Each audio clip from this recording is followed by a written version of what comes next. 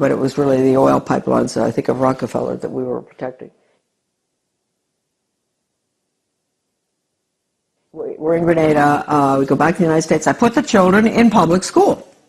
So here we go. I had no idea that education would be any different from sort of what I'd had. I had a good education, a private school education, but I didn't know. And so they go into the public school system in Camden, Maine, and in retrospect, I believe that that was a pilot school, one of them for the whole country, for changing our education system from an academic, classical educational system to brainwashing for the international socialist government.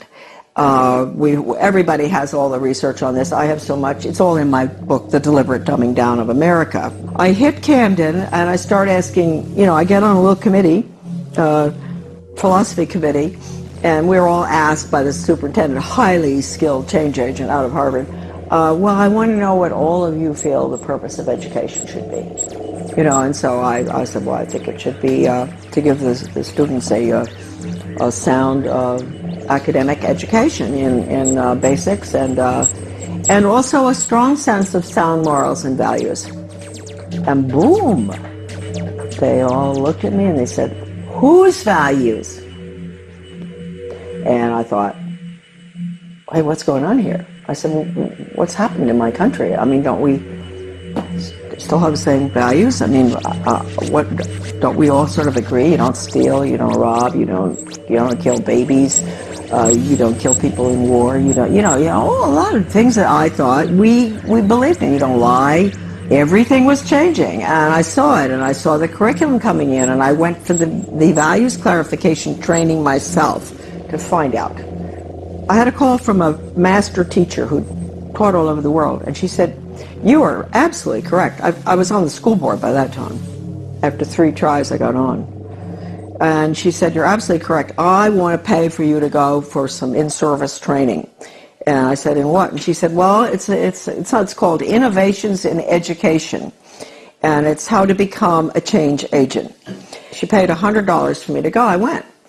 And all these normal-looking people, nice, some from my own school district and all, and the guy is a facilitator, but he's using this big book called Innovations in Education, A Change Agent's Guide, and it has all these case studies of teachers and administrators and how to sneak in controversial curriculum such as death ed, sex ed, bullying ed, alcohol ed, drug ed, all these programs that have education hanging off the end of them that have nothing to do with education. It's interesting. You don't have math ed and science ed and all. They call it math and science and history, right? But when you see anything with education hanging off the end of it, red flag, huh? In that training, he taught us how to identify resistors in our community. And they were the people who were smart, who knew that these programs were designed for nothing other than to make children engage in sex, to drink, to take drugs, to do all of the things that the parents were being told the programs were to help the children. I was considered a resistor too. Here they were training me to identify myself, huh? And so I never, ever got over that.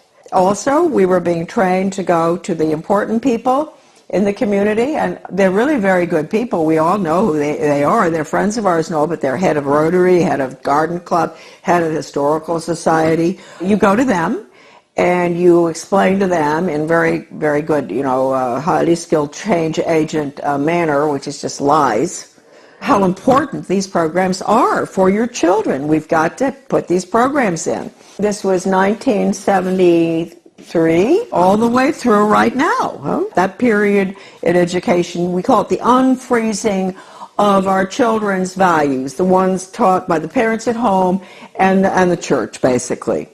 Change agents were highly trained by the National Training Laboratories. We had the headquarters for that in Bethel, Maine. That goes all the way back to World War II. I have the original paper from that, and it said that what they're putting in is they want to change the values to unfreeze the system, and then they're going to implement the new values, the new communist values for world government, huh? So that was the goal, and they did a good job on it between 1970 and the year 2000. And now the values, as we can all see, people are saying, oh, well, we've got to be tolerant, there are no absolutes anymore. That's not fair to judge people. Don't be judgmental. If your grandmother is dying of cancer and you can't afford the medicine, it's okay to steal it. That's what you call values clarification, with the education for a planned economy, using workforce training, identifying children at a very early age, what they're going to do the rest of their lives. It's the Soviet planned economic system, starting as early as first grade.